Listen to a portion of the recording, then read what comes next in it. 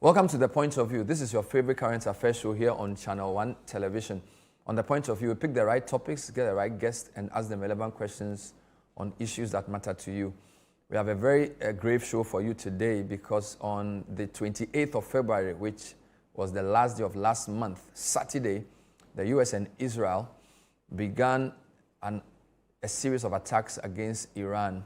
Iran has retaliated, and many people think we are at the brink of a full-blown Gulf War, which could even lead to other things. I'll be discussing this from two perspectives. We'll look at the geopolitical issues around this US-Israel-Iran conflict, and also look at the energy implications when we come back. Stay with us.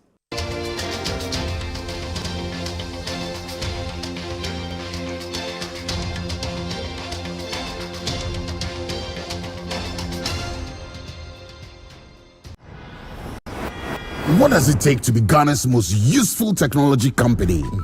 Is it the fact that we've been connecting businesses to their customers for over 20 years? Or that we power more than 12% of all electronic transactions in Ghana? Maybe it's that we are everywhere, from Accra to Ho, Kumasi to Tadi, Cape Coast to Tamale. Or is it that we safely process more transactions than any indigenous tech company here in Ghana? Or we deliver faster, we transfer safer, or we make businesses and life just a little easier? But what truly makes us Ghana's most useful technology company, it isn't the speed or the numbers. It's the people we connect, the dreams we keep moving, the communities we bring closer every single day. You prove every day what usefulness really looks like. We give you the tools, you provide the proof. Haptel, useful every day. No matter where we wander, Africa always calls us home. And here in Ghana, Stanbic Corporate and Investment Banking, together with clients like Gensa Energy and Goldfields, is driving sustainable growth. The transition from fossil fuel to cleaner energy is quite imperative for the growth of a continent that we call home. We want to contribute to delivering affordable gas for industrialization in Africa. Stanbic is a bank that is focused on impacting lives, and Gensa has the same vision and mission. Having a reliable source of power has helped our business and our operations in a significant way.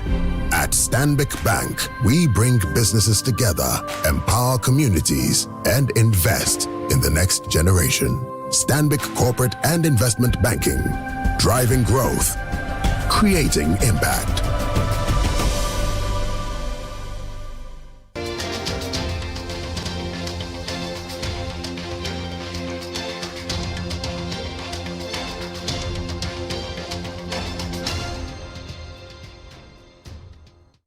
Welcome back to The Point of View. So tonight we are asking, are we at the brink of another Gulf War? We have a very troubling series of events. On Saturday, the 28th of February, President Donald Trump and Israeli President Netanyahu launched a series of attacks against the Islamic Republic of Iran. They bombed over 1,000 locations, leading to the death of a number of senior officials of the Iranian government, including Ayatollah Ali Khamenei and some key figures in his government. They also killed the former president of Iran, Mahmoud Ahmadinejad.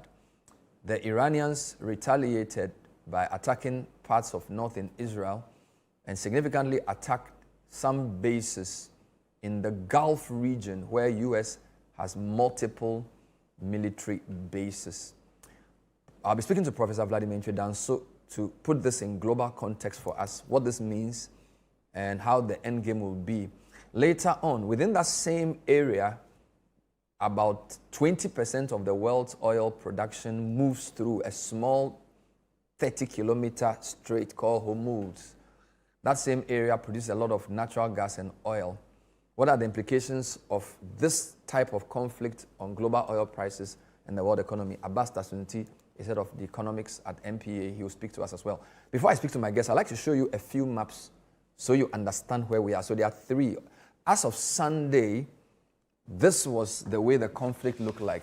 So the Islamic Republic of Iran is where you see a lot of the red dots. And these red dots indicate places that the Americans and the Israelis had bombed. Iran's capital, Tehran, affected by a lot of these bombings. We can see the multiplicity of the spots all through the country.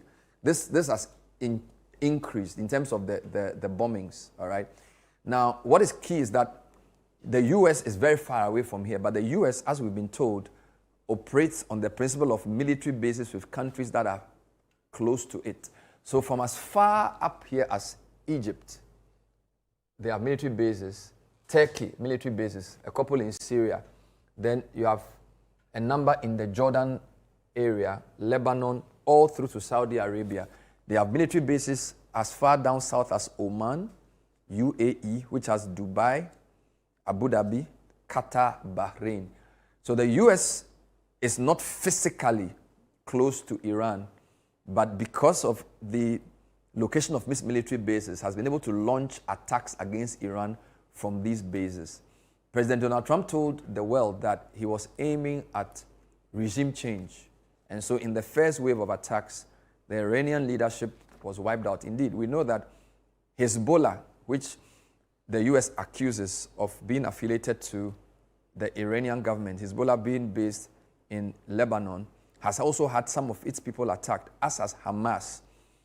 What we've seen now, though, is that the attacks by the US and Israel on Iran have been met by retaliatory attacks against Israel. So you see the blue dots. So they've attacked parts of Israel.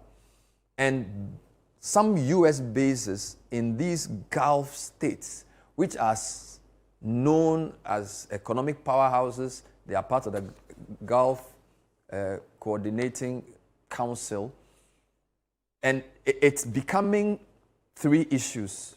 Air travel has been affected because this area is like one of the world's busiest transportation hubs. Dubai, Abu Dhabi, you have Etihad Airlines, you have Emirates Airlines, and you have Qatar Airlines. These are part of a massive fleet of aircraft that run in this hub where a lot of people travel to the rest of the world from. So travel has been hit.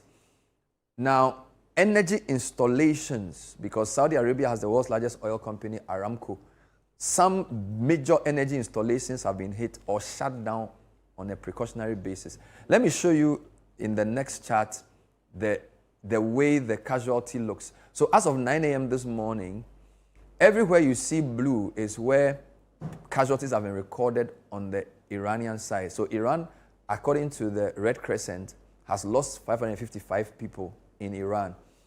Another 2 people were killed in Iraq with 5 injured, again based on attacks by US and Israel. And then in Lebanon, 13 killed, 149 injured. Israel launching attacks against parts of areas in Lebanon controlled by Hezbollah, which Israel and the US describe as a terrorist organization.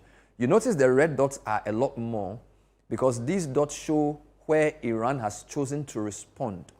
So they've attacked bases in Oman, 5 people injured as of this morning.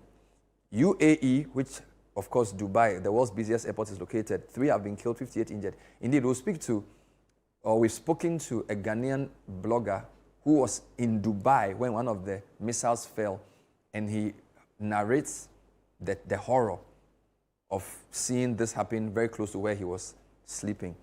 Qatar has also been attacked by the Iranians in retaliation, 16 injured.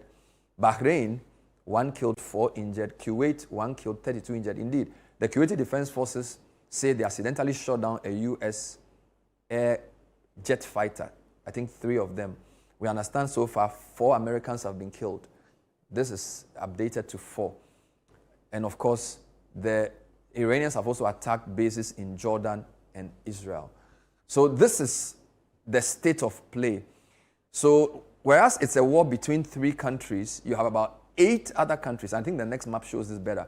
About 8 countries have been drawn into this battle. And I think this makes it very, very clear. So Oman, with their capital Muscat, UAE, with the powerhouse Dubai and Abu Dhabi, Qatar, which hosted the 2022 World Cup, Bahrain, an oil-producing country, Saudi Arabia, the strongest Sunni nation, produces a lot of oil, also drawn into this conflict. Kuwait, which was the center of the original Gulf War, where the US invaded Iraq because Iraq had wanted to take Kuwait.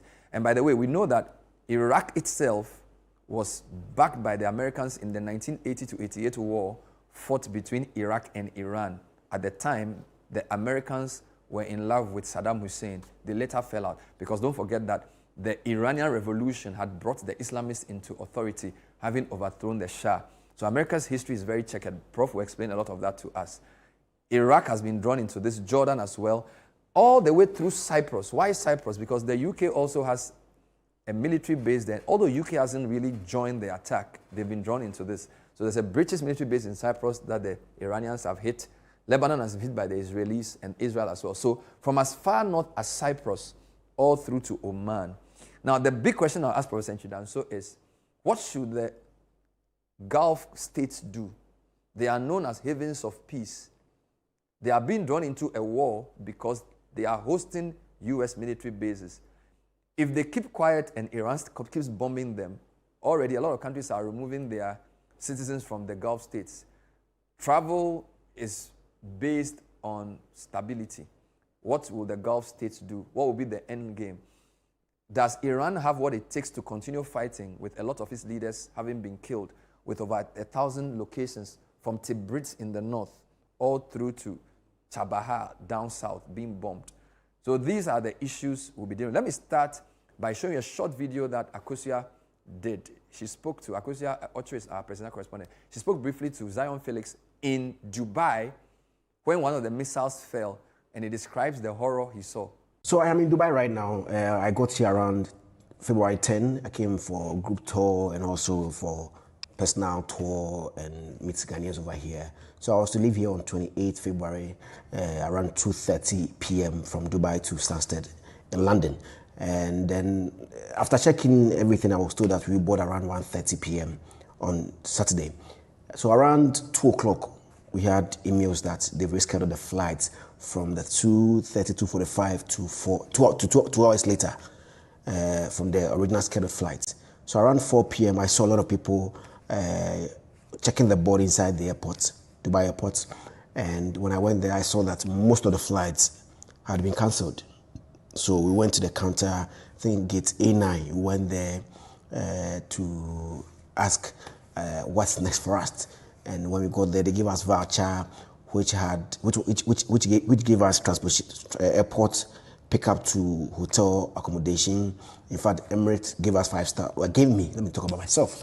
Emirates gave me 5-star hotel. They gave me transportation from the airport to the hotel, and they also gave me visa. On Sunday around 12, I had my phone beeping, security alarm. When I had a beep, I put it off, and when I woke up in the morning, I read the message on it, which was telling us to get a secure place to hide because there were things going to be in the air. Have you received any official communication from the embassy in UAE with regards to any evacuation processes? I've not got any brief from any local authority. It is the Emirates people that we mostly deal with. We mostly see press statements from the government on socials and in the news informing us of developments here in the country and then in the city Dubai. They've promised to make sure that everybody is safe in this country, and I think they are doing exactly that because they've tried as much as possible to intercept a lot of missiles in the air for us to be safe in this country. But personally, no government official has reached out to us in the hotel. It is Emirates that came here this morning. Emirates came to our hotel this morning to take our details, our name, passport details, our flight, hotel rooms, and we asked when we'll be flying, and the lady informed me that she doesn't actually know when we'll be flying, but if any development comes, they will relay it to us. We want to leave. We want to leave, so we would ask government to come to our aid and any means possible that they can evacuate us from here to Ghana. We are ever ready to leave because in as much as we are safe here, I do believe that I'm safe because they are trying to solve everything. They are trying to intercept things. I'm still in fear because of how things are escalating within the region. So let me go to Professor Vladimir Nchidanso, one of our foremost international relations experts Indeed, we spoke to him after the Americans abducted the president of Venezuela, Maduro. This was, I think, a month ago. And now we're back here with another set of questions. Prof, thanks for joining us on The Point of View. Thanks for having me. I wish I didn't have to call you to be asking you these questions, but duty calls. Did you see this coming? Sure. Did you see this coming in terms of Saturday night, Israel, US attacking Iran, especially when President Trump had told us in October or earlier in 2025 that he had bombed Iran's nuclear facilities and that Iran's nuclear capability was severely limited? Was it surprising that he chose in February to attack a country he believed was no longer a threat as of last year to the US? It didn't come to me as a surprise at all. Thanks for having me. The point is that a friend, a diplomat, told me that America is wearing panties at the bottom of which is a bat, a hungry bat, which is Israel. So at any time the bat tries to make noise, America will have to respond, irrespective of what the noise is. Since 2002, America has always said that they didn't want to see Iraq succeed directly that way. But the whole story started from 1952, when America engineered the overthrow of the Shah, who had threatened to nationalize oil and oil production in Iran, just because America wanted the oil so badly. And at that time, mind you, oil was selling at $1 a barrel, just $1, until the Gaddafi revolution of '69, which then created the space for oil to go up to $4 a barrel. Then OPEC was formed. Then the Yom Kippur War of 1973 created a condition for oil to be weaponized. After this, oil prices quadrupled, and it affected the whole world. It affected Achampon. It created the condition for Rawlings Revolution. So what we are seeing is going to have such rippling effect also on global economy. The point is the reckless nature of American unilateralism is something we don't have to be surprised about. I knew that anytime Israel wants America to do its bidding, it would. And that's exactly what happened. Netanyahu fears being sent to prison. He fears elections this year. So Jack, Trump, why don't you do it? Because if I do it now, the world may talk. So hiding behind all this, America decided to do what is unthinkable. And it is making the UN very, very impotent and creating problems for multilateralism. So for me, I'm not surprised. I'm not in the least surprised that it happened. President Trump said to the American public and to the world that he was aiming at regime change. This was when he spoke on Sunday. It appears his call to Iranians to take to the streets after the killing of some of their leaders has not been heeded. Is he miscalculating the Iranian state structure? Because having taken out a large chunk of their leaders, in fact, Iran's response has been pretty strident. They have continued bombing as well, and they've said they are not even going to talk. So is there a strategic miscalculation or underestimation of the Iranian resolve, meaning that this could drag on longer than Mr. Trump had hoped for? If you watch the history of wars, if you watch the history of international relations, when nations are very powerful, and I would urge you to read Paul Kennedy's How Nations, Powerful Nations Rise and Fall, Paul Kennedy. The point is this, that when nations go beyond relative power to seek absolute power, this is what happens. They refuse to think. Miles Measure has shown us how powerful nations refuse to think just because they think they have accumulated so much power and the power will do the thinking for them. If America learns their lessons, they would know that at no point has regime change created the conducive atmosphere that they wanted. They changed the Shah in '57. It didn't work until '79 when there was the revolution. They changed Gaddafi and it brought more terrorism, especially to the Sahel. They changed Saddam Hussein, killed him during the period of Ramadan, thinking that that would re-engineer the country's whatever it is. But that brought more chaos. It is from there, from the ashes of regime change, that we had ISIL, the most notorious terrorist organization that ever lived, to flourish. So if they were actually learning their lesson, they would know that regime change in nowhere else but a theocratic, monolithic state like Iran is not going to bring them any good. In fact, what I'm fearing is that terrorism is going to have an uptick, and America and American citizens are at the bottom of the outfall, because Afghanistan created the condition where 9/11 happened. So Trump, if he went to a better school and he knows his history very well, he would have known that no type of change of regime has created peace for America. Not even Operation Restore Hope, which hope was not restored in Ethiopia, has brought any good change. Still dealing with timelines, he appears to have said this will be 4 weeks. From what we've seen from the Iranians, they've dug in and they don't even want to talk at this point. Do you have a sense of how long this could go? And particularly because some people have drawn parallels between this and the Gulf War in the early 90s. At the time, the senior Bush invaded Iraq because he claimed Iraq had invaded Kuwait, again, over oil issues. They wanted to take Saddam Hussein out. My point is, can we say that this could actually be the beginning of a new Gulf War?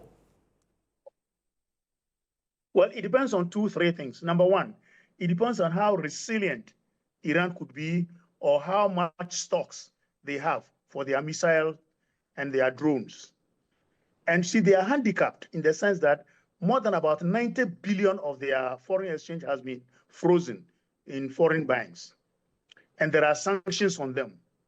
It depends also on whether China and Russia can supply them or come into the war like Russia went into the war in Syria. It depends also on how the international community takes the whole scenario, what is happening seriously and act on them. If we are all lethargic and fold our arms, then it can continue for a long time. Because I know Israel is loaded and America doesn't have what it takes to be shameful of what it's doing. So these are the scenarios. If Iraq is resilient and is capable of having more stocks, if they have them already, and they are able to restock from, say, Russia or North Korea, then I tell you there is more resolve, there's more motivation on the part of Iran to fight on. Now that they are able to break through the defenses of Israel and hit Israel, it looks as though they are more motivated. Some people think a fourth factor to what you've said could be the reaction of the Gulf states, Bahrain, Oman, UAE, Saudi Arabia, and of course the others, Qatar. They seem to have been drawn into a war because Iran's retaliation has hit their soil. And as we spoke to some of the people earlier, clearly Dubai and these kinds of places are built on a certain view of stability. There are lots of expatriate workers there. They are a global transportation hub because a lot of people go there. It's very modernized. Will they retaliate by attacking Iran, or will they tell America and Israel that this your adventure in Iran is damaging our land, so you should stop? What are the choices open to the Gulf states, and how critical will they be in how this ends? Both or either of what you have said are legitimate choices, but it depends on what they would do. If they are forced by America to enter, then it would mean that they are entering and making sure that Iran is decimated. In that sense, Iran might go what we call the apocalyptic way. Apocalyptic in war is a sense where you don't care your death. You are prepared to die, but the other must also die. And I can see the apocalyptic nature of Iran since the days of Ahmadinejad. And I believe that the GCC countries need their peace And the peace choice is to gang up together and tell America and Israel to stop, and persuade Iran also to stop so that they could come together as Arab states. Unfortunately, the Middle East is volatile since 1948, only because the Arab states have not been able to come together as one to make choices for their own peace. They've mortgaged their peace to American whims and caprices. And that is what is creating more problem in the Middle East. So I believe this is not the time to gang up against Iran. This is the time to rather gang up against America and Israel, whose interests have created more problems for the Middle East. This is the time to gang up against Israel and America.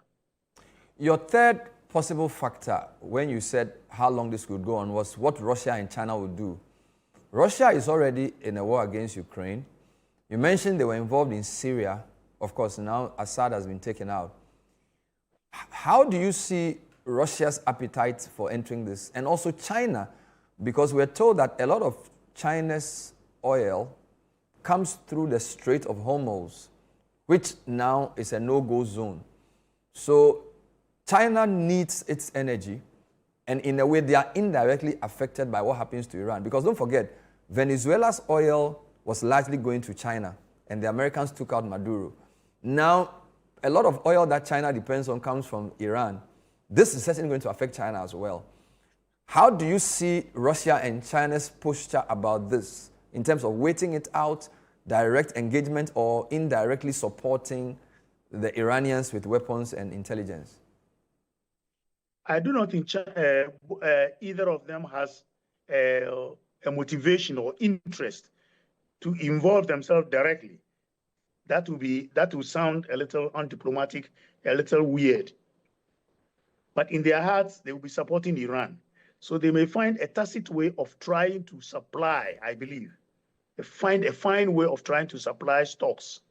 That is the only way left to them. China has an interest because of what you mentioned, the oil.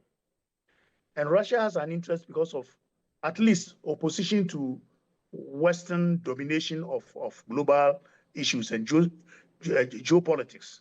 So both will find a way.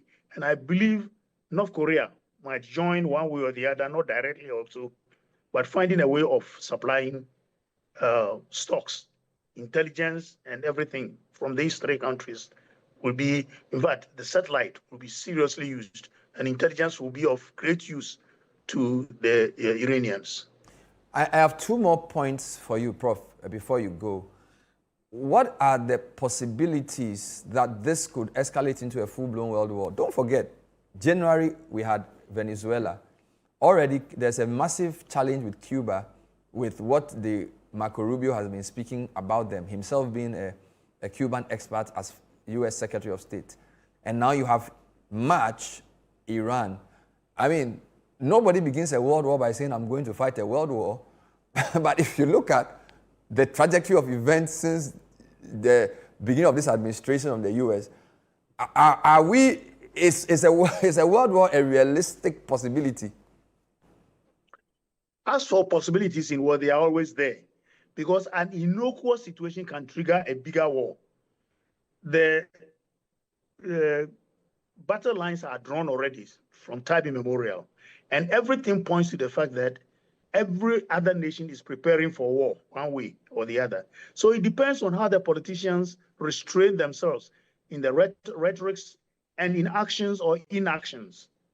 Inaction, if the rest of the world sits back and watch these things going on without doing anything or supporting one side or the other, and actions when they join officially and directly. So as for possibility of a world war, at any point in time, because we have this state-centric approach to international relations, and we are avoiding what we placed ourselves in from 1945, the institutional system, institutionalism, multilateralism. We are killing it. When we kill it, there's nobody to restrain us anymore. It's happened before World War I, World War II. That's what happened. Things were being discussed, people were threatening left and right, and all of a sudden some idiot starts something, and the whole world is in flame. So I see a possibility, but the probability is a little not up to one yet. The possibility is always there, and what we are doing creates It needs just one trigger. It needs Russia to say, hey, Jack, and America to counter, and then we are there. Or it needs, like if Iran already has a secret kind of weapon, like a nuclear weapon, and is able to strike Israel with a nuclear weapon right now, then the doors are open for a world war. Don't forget, the whole quarrel between America and Iran has been about nuclear capabilities.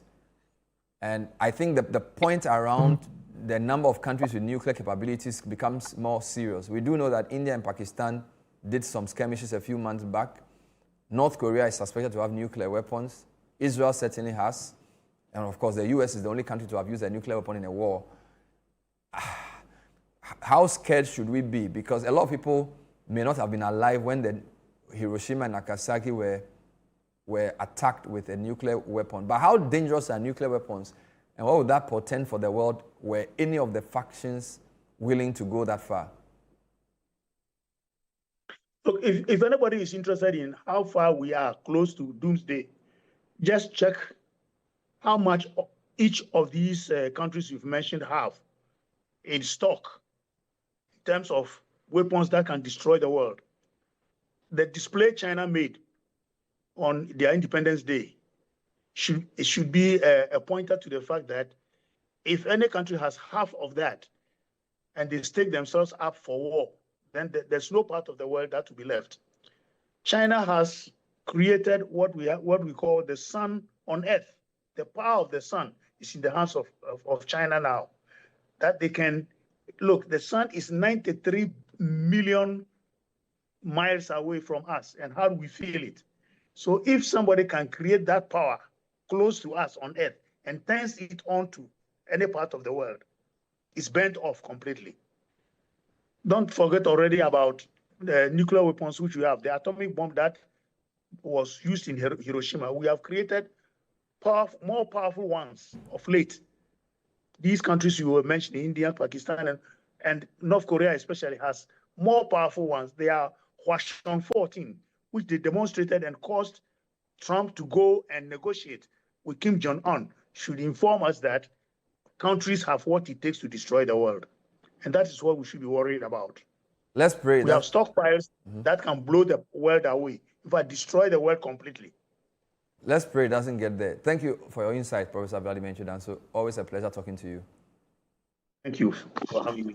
This is still The Point of View. Tonight we're looking at the issues in the Middle East, Israel, US versus Iran, with a number of Gulf countries being drawn in. We'll take a short break. When we come back, we'll be looking at the economic implications, in particular, the issue of oil.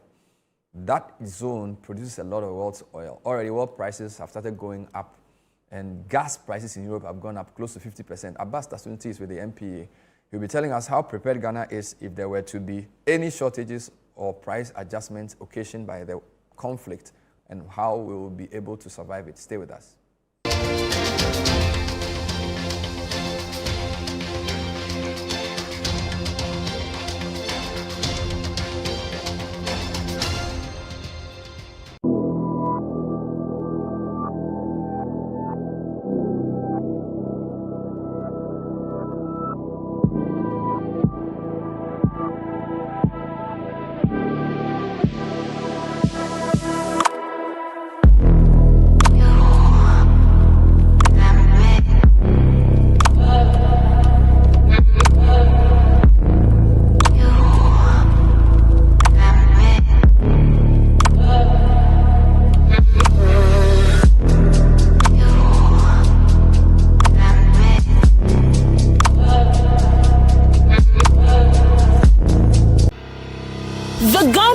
Bank is 10 years old. Hooray!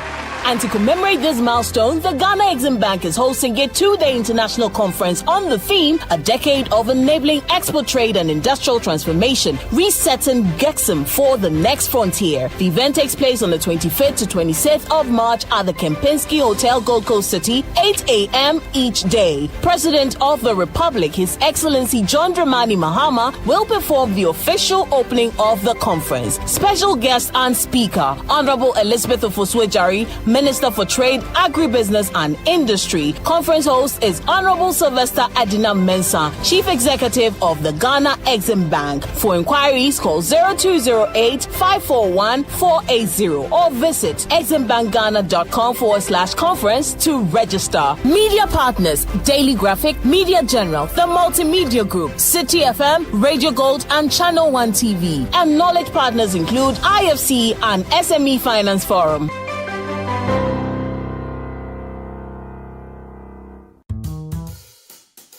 Smile, Look lively, okay? Smile, smile.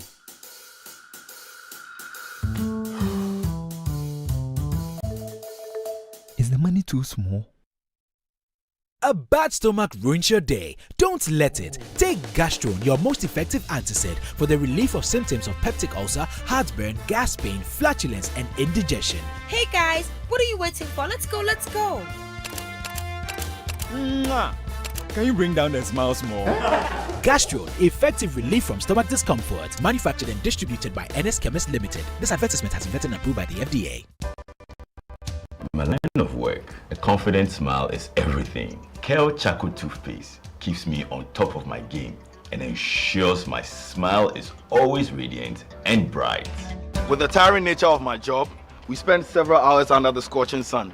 To keep our teeth white and our breath fresh all the time, we use none other than Kale Charcoal Toothpaste. Kale Charcoal Toothpaste.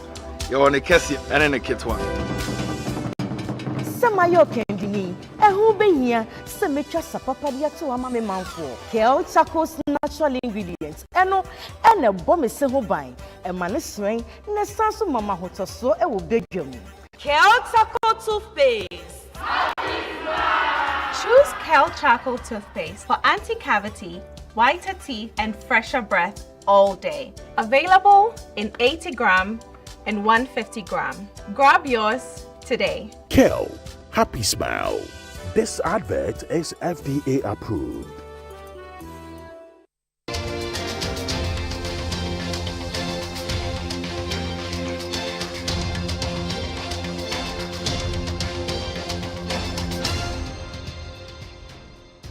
Welcome back. The point of view tonight is not just discussing the geopolitics of the Israel-US-Iran conflict. It's also looking at the economic implications. When we talk Middle East, we talk oil, we talk crude, we talk natural gas, we talk logistics and transportation. We're speaking to Abbas Tasunti of the MPA very shortly. I'd like to show you a video which has made the rounds, essentially explaining the critical nature of the Gulf. Now, the Strait of Hormuz is part of the Persian Gulf. The reason this is called the Gulf War, or the Gulf region, is that the Persian Gulf is a place that connects Asia to Europe. And this Strait of Hormuz is a very critical artery for global logistics, transporting oil from two parts of the world. Let's hear this quick analysis, and then I'll show you a few more things. Kilometers wide, lies between Iran and Oman. Around 20% of the world's oil and nearly 30% of global LNG flow through it every single day. Iran's ready, with submarines, missiles, and fast boats stationed nearby. One missile strike, oil tankers stop, prices could spike up to $200 a barrel. Global markets crash, recession begins. That's why the U.S. Navy is always here, to keep the energy flowing. Because this isn't just Iran's choke point, it's the world's lifeline. So that's the Strait of Hormuz. As we've been told, 20% of the world's crude or oil passes through there. Some people believe even more. 30% of the world's natural LNG, liquid natural gas, passes through the strait. Already, 3 vessels have been hit as a result of this conflict, and there have been an announcement that vessels should not try to cross at any time. So already we're seeing that that strait has been blocked. Let's show you the behavior of oil prices, all right? Now, this is Bloomberg earlier today. Oil jumps to its highest in 4 years. And you note that we are in early March. So as of January, oil was teetering around the mid-50s to $60 per barrel. This is crude oil. Now, we're told it's getting closer to $73 or $72 per barrel. Abbas will give us the exact figures. Why are crude prices important? How crude behaves affects everything. Don't forget, even though Ghana produces crude oil in our petroleum fields. We are a net importer of finished products. We don't own all the crude we produce in Ghana, and because we depend so much on imported finished products, once the base price crude goes up, it affects the price of finished products. So that's another important thing to look out for. Abbas will discuss that with us. The other chart I want to show you, and by the way, this is the highest in 4 years, and the conflict is only 3 days old. So imagine if this conflict goes on for 4 weeks. Imagine if it gets into a full-blown war. In the except I play, some people think it will go beyond 100. Once oil hits $100 a barrel, everything is thrown out of gear. But that's not the only factor here. Liquefied natural gas, or gas, which is usually what the Europeans depend on, because don't forget, because of the Russia-Ukraine war, a lot of European countries no longer source their gas from Russia because of the sanctions. So they depend on places like Qatar, Oman, particularly as a major facility in Qatar that does gas. Because of the bombings that Iran is retaliating, a lot of the energy installations, Aramco's, one of their main oil installations, and some other installations in Iran have been closed down from precautionary level. Now, once you have that type of situation, gas prices will go up. So look at the gas chart. You have gas prices jumping pretty steeply. So you have gas prices in Europe going up pretty steeply. It's probably one of the highest we've seen in a long time. Oil jumping for the highest in 4 years, and then European gas surges to highest in a year. Started out this 2026 around 40. It's gone now above 45, and it's going up. Look at the green part of the chart. Very, very high indeed. This is again a Bloomberg chart. And this is Dutch front month futures. This Europe's gas benchmark. So European gas prices have almost doubled in the past 3 days. And then, of course, there's a cloud at the end of this, the silver line at the end of the cloud. Gold prices have also gone up because people are moving to gold with all the uncertainty. Ghana is Africa's largest producer of gold. So whilst oil prices could hurt us, some people think the gold price surge could benefit us. And therefore, you look at gold going above $5,000 an ounce. Pretty good news for Ghana.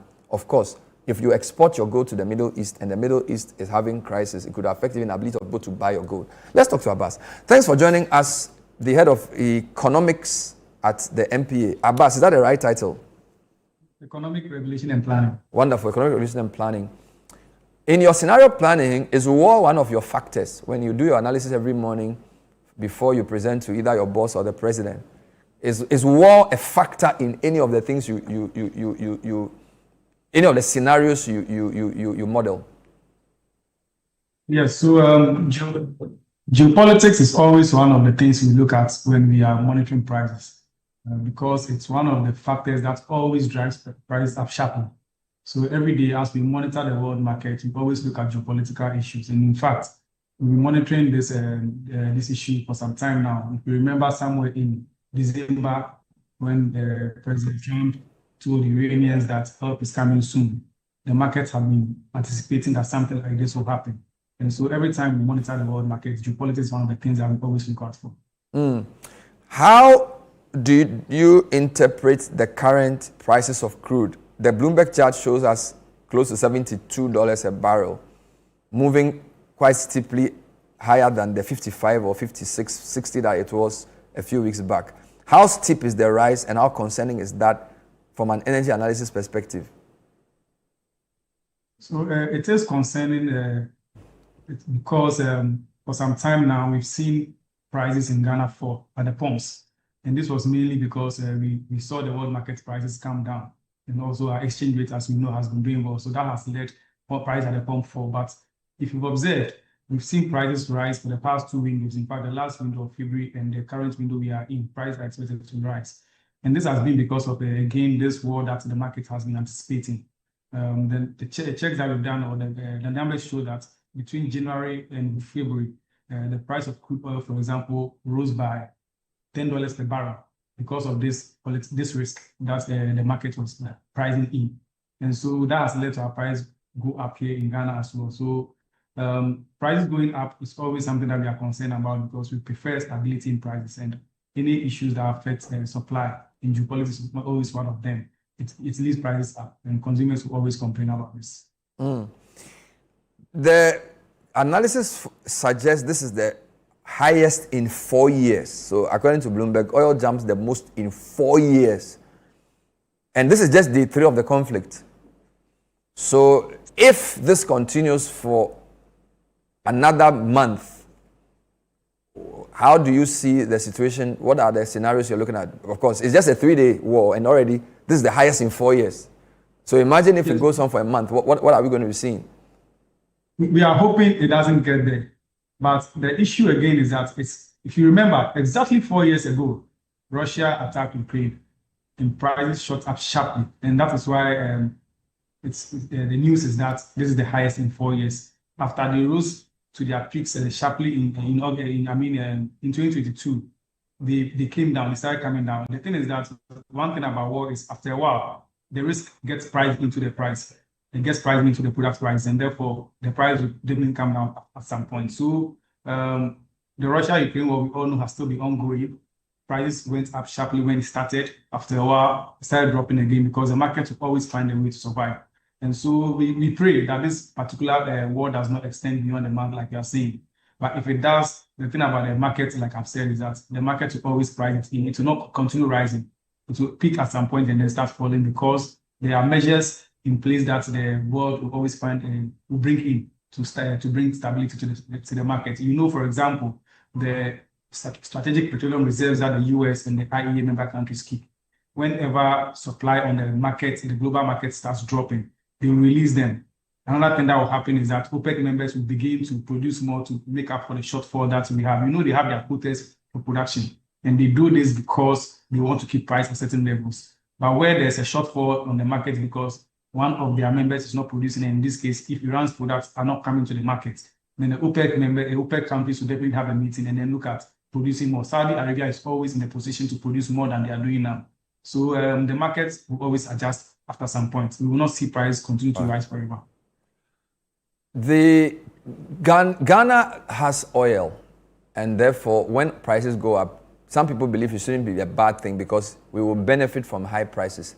How come inevitably consumers suffer when world prices get elevated over a long period? Explain that to us. So first of all, Ghana has oil, but our oil is also priced based on international price assessment. So our oil is not isolated from what the price on the world markets are. So the Jubilee oil that is priced here in Ghana, it has a very direct relationship with the Brent oil that is used globally. And so as Brent goes up, Ghana's oil will also go up, and as Brent comes down, Ghana's price will also come down. But we also have to look at the fact that Ghana, like you mentioned, is a net importer of petroleum products. Yes, we produce crude oil. The crude oil that we produce in Ghana, if we were to compare it to our consumption, assuming Ghana owns all of that crude oil that is produced domestically, it would have been able to meet our demand if we process everything domestically. First of all, we don't have the domestic refinery capacity to produce everything that we need. But the most important thing is that not everything that's produced in Ghana belongs to the country Ghana. We know we get some part of it. And so the portion we get, if it was going to stay in Ghana, it will meet our demand. So that's something that we must take note of. And so we will continue to be exposed to the global market because of some of these dynamics. In the price that people pay at the pump, is it just the world price of crude that determines that? What other factors determine how affordable petroleum products are at the pump? So one, the price is number one. The cost of the product from the source is always number one. But another thing that this particular war, for example, is causing is also the other costs like freight. As we know, you showed a video that showed that the Strait of Hormuz has been closed because of the attacks there. Now, what this means is that the vessels have to travel longer routes. And so their cost of shipping will go up. The freight cost will go up. Insurance will also go up because of the threat that is on the market, on the threats on the seas. And so all of these combined will definitely lead to price go up. Now, remember that in economics, demand and supply always play a role. As supply from Iran is going down, China, which has been taking a lot of this oil, will now look to other places to take part of the oil. And so it means that the European world, the other parts of the world are now going to crumble with China for what is left. And this is definitely going to let demand go up. And so as demand goes up, it is also going to lead to prices go up. And so the price of crude oil alone is not what we look at. The other factors, like I mentioned, freight insurance and also the demand, which may be rising more than supply, always play a role. We'll take a break. When I come back, I have two more questions for you because the dollar has begun strengthening again in the wake of what has happened since the war began. And then, of course, the big question, do we have enough finished products so that if there was a global supply shortage, Ghana could survive? We're still on the point of view, looking at the geopolitical issues within the Gulf region. Stay with us.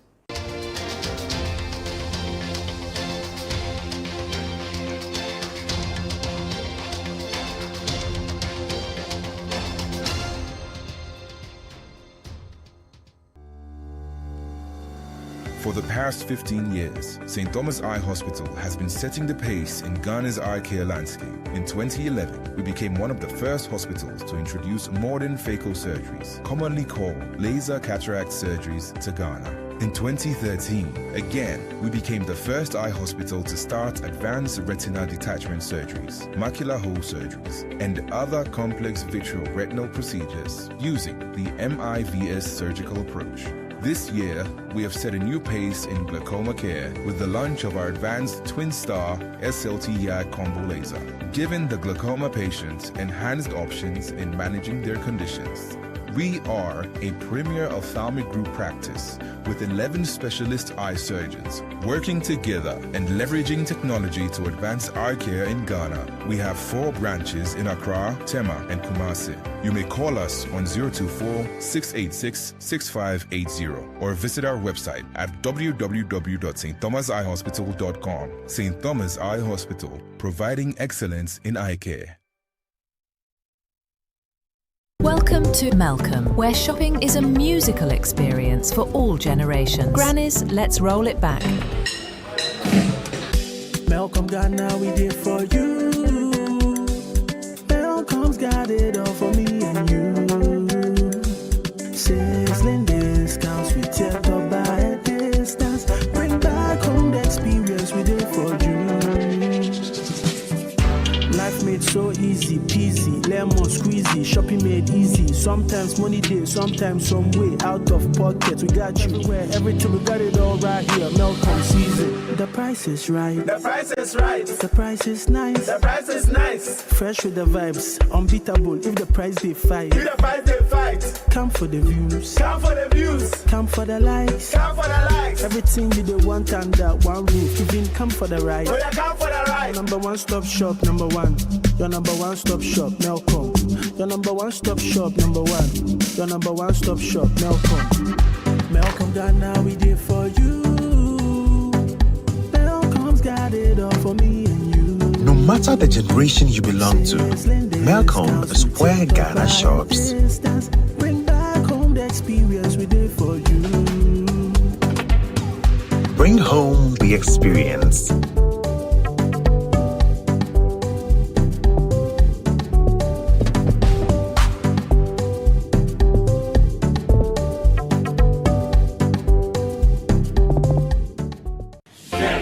Are you ready to revolutionize the future of agriculture? The Ministry of Trade, Agribusiness and Industry, in partnership with the Ghana Exim Bank, proudly presents the Ghana Agrotech Fair 2026. The fair will feature exhibitions, market linkages, masterclasses, and workshops on climate-smart farming, digital tools, and export development. Join us at the Black Star Square from March 17 to March 19 at 9 a.m. each day. The President of the Republic, His Excellency John Dramani Mahama, will be assisted by the Minister for Trade, Agribusiness and Industry, the Honorable Elizabeth Ofuswejari, and the Chief Executive of the Ghana Exim Bank, Honorable Sylvester Adina Mensah, to open the fair. Government agencies, agrotech firms, startups, farmers, financial institutions, and the general public are all welcome. To exhibit or for inquiries, call 0559 679326 or 0242 585419.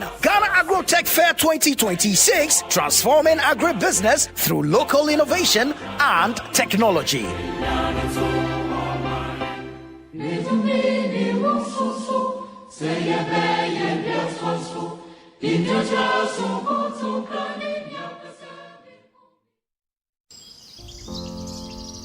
Imagine waking up to serenity every day, surrounded by nature's beauty and luxury at your fingertips in a gated estate you can be proud to call your home.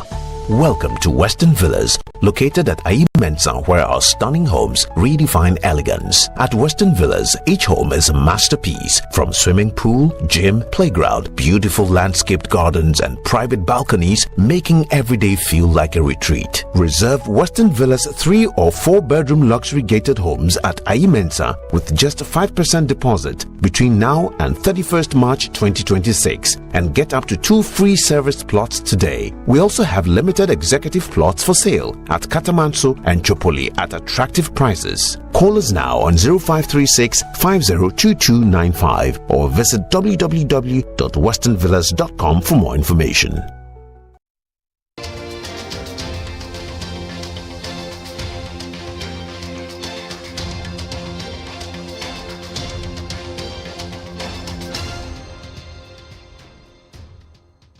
Welcome back. We're still on the point of view. We started off with Professor Vladimir Nchudanso, who discussed the geopolitics of the Middle East and US unilateralism, the Israeli effect, and the Iranian response. Now we're looking at the economics of war, the Strait of Hormuz, which is a major artery for the supply of oil products, and of course, whether Ghana has enough stocks. Now, Abbas, thanks for staying with us. Where do we get our finished products from? Is the Middle East as critical to us? And is that strait part of the routes that the oil that comes to Ghana uses? Yes, so a very good portion of what comes to Ghana goes through the strait, but it doesn't go through the strait directly to Ghana. We benchmark our products mostly to the Northwest Europe markets because it's the closest trading hub to Ghana. So products, typically crude oil that will leave the Middle East to refineries in Europe will pass through the strait. And India also has products passing through the strait. Recently, we've been having some of our products coming from India. The major refinery called Reliance. Most of its products will come from, most of our products will come from Reliance to West Africa, offshore Lumi. And so as long as crude oil transport through the Strait of Hormuz is affected to both Europe and India, we are directly going to be affected. So the question is, do we have enough stocks of finished products in the event that this drags on and the closure of the strait continues? They've already closed it, right? 20% of the world's oil comes from there. If it continues for, say, a month or half a year, what's going to happen? So available stocks, yes, we have enough to meet our demand as a country. Availability of petroleum products and ensuring energy security is one of our topmost priorities here at the NPA, because without the products being available, we will not even be able to discuss pricing.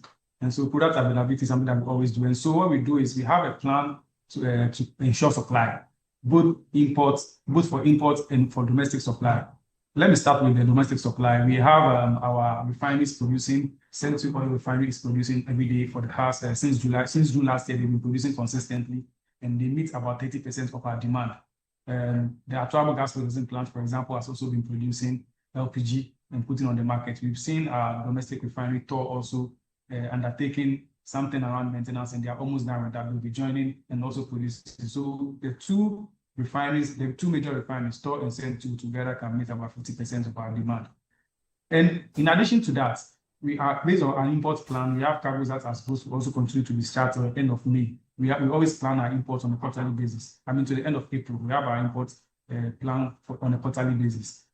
The good thing for us here is that, because Dangote started producing imports into West Africa, majority used to go to Nigeria and then some come to Ghana. So both Ghana and Nigeria used to be the biggest off-takers of products from Northwest Europe. Now, because of Dangote, diesel, for example, is in abundance. And today I was just reading a story from S&P, a news from S&P Global Platts, that indicates that there's abundance of diesel in offshore Lumi markets.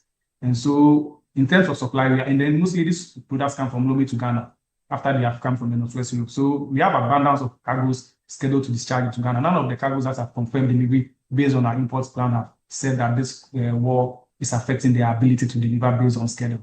So we shouldn't be scared about shortage at all. We've always kept this import plan balanced with domestic supply, and we've always had products available for consumers. When I remember that in 2022, when Russia attacked Ukraine, we faced the same challenge, but we didn't face shortages on our markets. And so our import plan has been robust, has been very reliable, and we never had shortages in Ghana.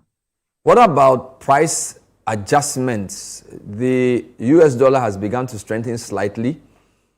Some people predict that the dollar will gain against the cedi this year. I think I read Data Bank published this. I know the FX exchange rate is also critical. Should we be concerned? Because in the past few months, we've had relatively low oil petrol prices. The whole price floor discussion even came up with Star and Goil. But somehow, when global prices start rising, people find a way of raising the ex-pump price. So what is your price expectation, all things considered? So it's unfortunate this is happening because it's definitely going to lead to increases in prices. Before even the war began on Friday, the new window started yesterday, and the prices that were going to go into this window, which started yesterday, 1st to 15th of March, indicated that prices were going to go up at the pumps. And this do not even take into consideration the effects of the war.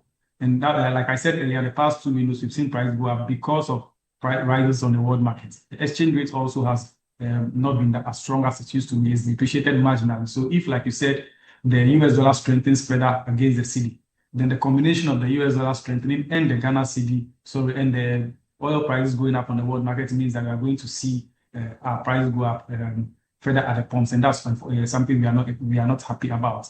But let me say that the direct effect of the war as it's happening has shown that prices are going up. This morning, for example, when the markets opened, the price of diesel, for example, rose by about 17%, which is very significant. Crude oil closed the market on Friday around $70 per barrel. This morning, it opened immediately by about $5 higher, and it's expected to continue going up. By close of today, you will know how far it's gone, but definitely it's going to go up significantly because the war has started. And so we are not happy about the combination of the US dollar strengthening and world market prices rising. That's definitely going to affect price at the pump. But we will realize it more in the second window of March because that's when these numbers that we are seeing will reflect.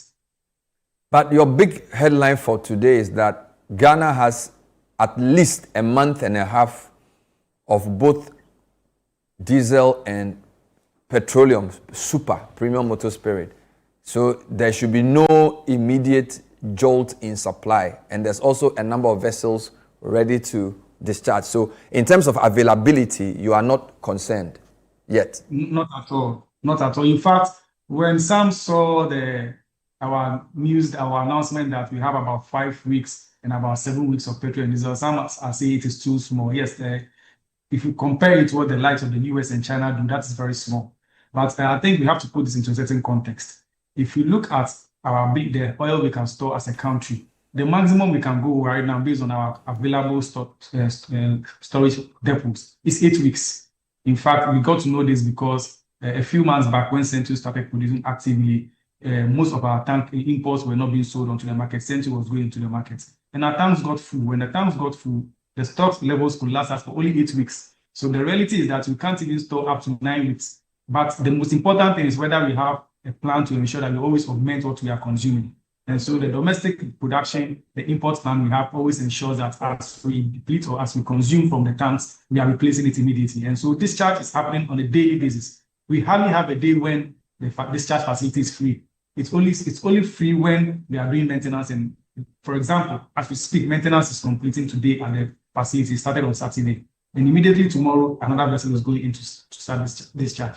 So we should rather be looking at whether our supply sources are being blocked or not. Once that is not happening, then we are okay. Thank you very much, Abbas Tasunti, who's the head of economics and policy regulation at the NPA. Earlier on, we spoke to Professor Vladimir Ntwedanso, who's a professor of international relations on the point of view. We've been looking at the geopolitics of the Middle East and the Gulf region and also the effects on our economy. Thanks for watching. We'll see you next time. Bye-bye.